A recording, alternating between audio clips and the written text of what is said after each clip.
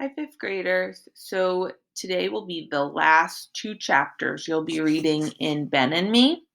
And then you're going to have something else to do for the rest of this week. And then next week you'll start another book, I believe. So as a treat to finish off this book, I'm going to read the final two chapters out loud. When I'm reading, just please make sure you're following along with the words.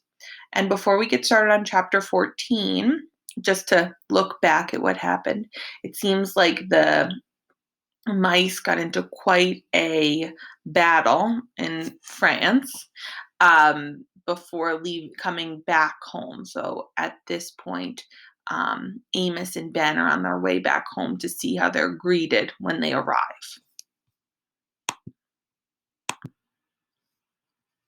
So let's look at our words and our questions for chapter 14. What I recommend is that after I read chapter 14, you'll stop and then answer the questions and then move on to 15. So the two questions for 14 is, how is Ben welcomed back in America? We're about to find that out. And how did Sophia, the white mouse, and her family adjust to their new home? Frivolous, which is playful, and succumbed is like to failure to resist pressure or temptation. Those are the two vocabulary words. So let's get started on chapter 14. The voyage home was made most pleasant for me by the gracious presence of Sophia and her charming children. Ben, however, was quite downcast. He had gone to the palace of Versailles the day after the great battle and had been severely snubbed. The guard, indeed, had been quite rude, making some unpleasant remark about people who shed mice. All his ladies and court countesses had also refused to admit him. "But Ben," I said, "don't you realize that our own country of America is waiting to welcome you back as a hero?" "Do you really think so, Amos?" he asked, brightening up. Will we be heroes?" "Of course we will," I said. "Haven't we raised the money for the whole War of Independence? Why, General Washington himself will probably be at the dock to meet us. There'll be bands and parades." "Maybe you're right, Amos," he said, all cheered up again. "Do you think there'll be fireworks?" Our reception was everything that even Ben could have hoped for. There were salutes of cannons and firearms. There were delegations from Congress and a message from General Washington. The mayor, the city council, and the first volunteer fire brigade were all present, dressed in their best uniforms. There were floats, addresses, bands, and a parade. Ben, of course, occupied the first carriage, beaming with pride. As usual, he wore the old fur cap, now so ancient and threadbare that there were plenty of peepholes for Sophia and me and all the 7 children. They naturally were in a state of the greatest excitement, what with the bands, the crowds, and their first sight of the new world. Sophia retained her usual well-bred dignity, but her pink eyes sparkled with joy at the prospect of rejoining her husband. He was awaiting our arrival at Ben's house, and my first glance assured me that he was a worthy husband and father for this charming family.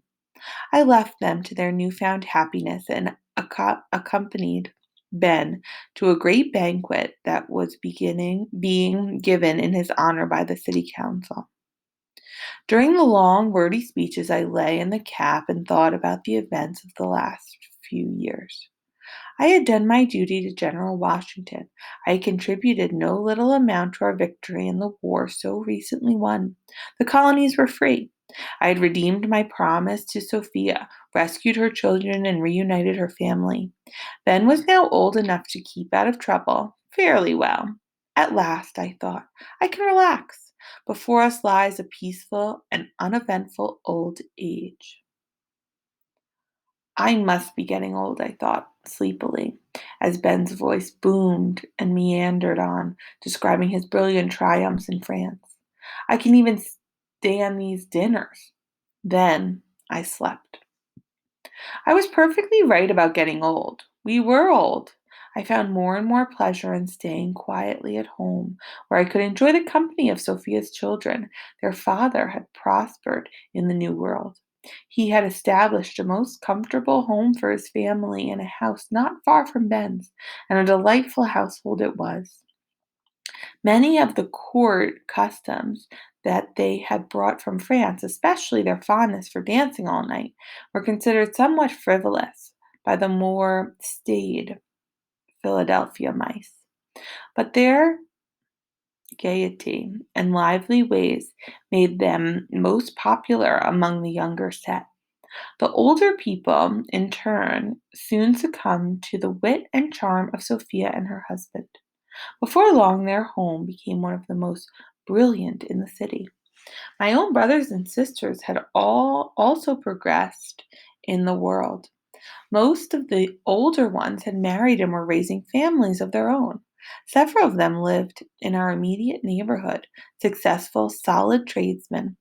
The arrival of these sprightly foreigners brought a new joy and lightness into their rather dull lives, and they became among the most regular attendants at Sophia's social gatherings. The three youngest, Xenophon, Yazabel, and Zenos, who were about the age of Sophia's three oldest, were especially charmed with the newcomers and were always to be seen in their company. It was one of the happiest moments of my life when, at a brilliant triple wedding ceremony, these six young hearts became as three. All right, pause the video now, answer the two questions about chapter 14, and then we're going to start to read chapter 15. So here's chapter 15, Happy Birthday. It's not surprising that I preferred to stay at home, surrounded by these lively young ones, rather than to accompany Ben to his innumerable dinners and committee meetings. Now that the war was over, these were very dull and unimportant affairs, anyway, at which Ben seldom needed my advice. I slept through all of them and suspect that Ben usually did too. However, I hesitated to mention my boredom lest I hurt his feelings. The approach of his 81st birthday promised a solution of the difficulty. I noticed for some time that he was becoming slightly ashamed of the old fur cap, which really was pretty shabby.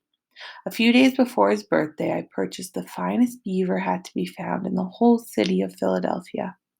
It was a splendid affair, pale gray, turned out in the latest French fashion and just Ben's size. It cost me a pretty penny, too.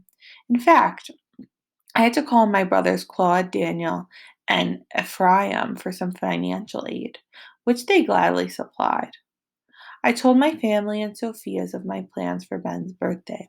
They were overjoyed at an opportunity to show their gratitude to one who had done so much for us all and plunged into their preparations with the greatest enthusiasm. On the eve of Ben's birthday, we gathered behind the books in his study. There was quite a crowd. All my sisters and brothers from Bathsheba to Zenith, with their husbands, wives, and children, were there, as well as Sophia, her husband, and their children. My mother and father were also present, both now quite gray, but hale and hearty as ever. All were twittering with excitement, and every last one bore a present of some sort for Ben. Prompt on the stroke of midnight, as he nodded in over his writing, we swarmed forth, the children's gay voices uprising in the chorus of Happy Birthday to You. Ben, at first overwhelmed by surprise and pleasure, soon recovered, joining in the spirit of the occasion with the greatest gusto. The gifts were first presented. My mother's was a beautifully knitted earmuff. There had been time to finish only one, she explained, but the mate would be completed before cold weather set in. My father's offering was a watch charm, most skillfully gnawed from the shell of a black walnut. Sophia's was an exquisite piece of fancy work, while her husband's was a thimbleful of rare brandy, brought with him in his flight from France. This Ben gaily tossed off with a hearty toast to us all. While the rest made their presentations, I, with 12 or 13 of my strongest brothers, slipped quietly from the room. Just as the last grandchild finished her little speech and curtsy, we staggered in with the hat. Ben's joy knew no bounds. The gifts and honors that had been heaped upon him by the great people of foreign lands seemed as nothing in his eyes to the beauties of this hat. He tried it on before the mirror and it fitted perfectly. It really didn't look bad on him either. He insisted on wearing it all the rest of the evening and was much amused when the younger children used its broad brim for a racetrack. Crackers, cheese, and ale appeared for the older folks, and barley sugar for the younger ones. Then there was more singing and dancing. Sophia's eyes sparkled as she went through the graceful figures of the minuet. I even essayed a few steps myself, with fair success.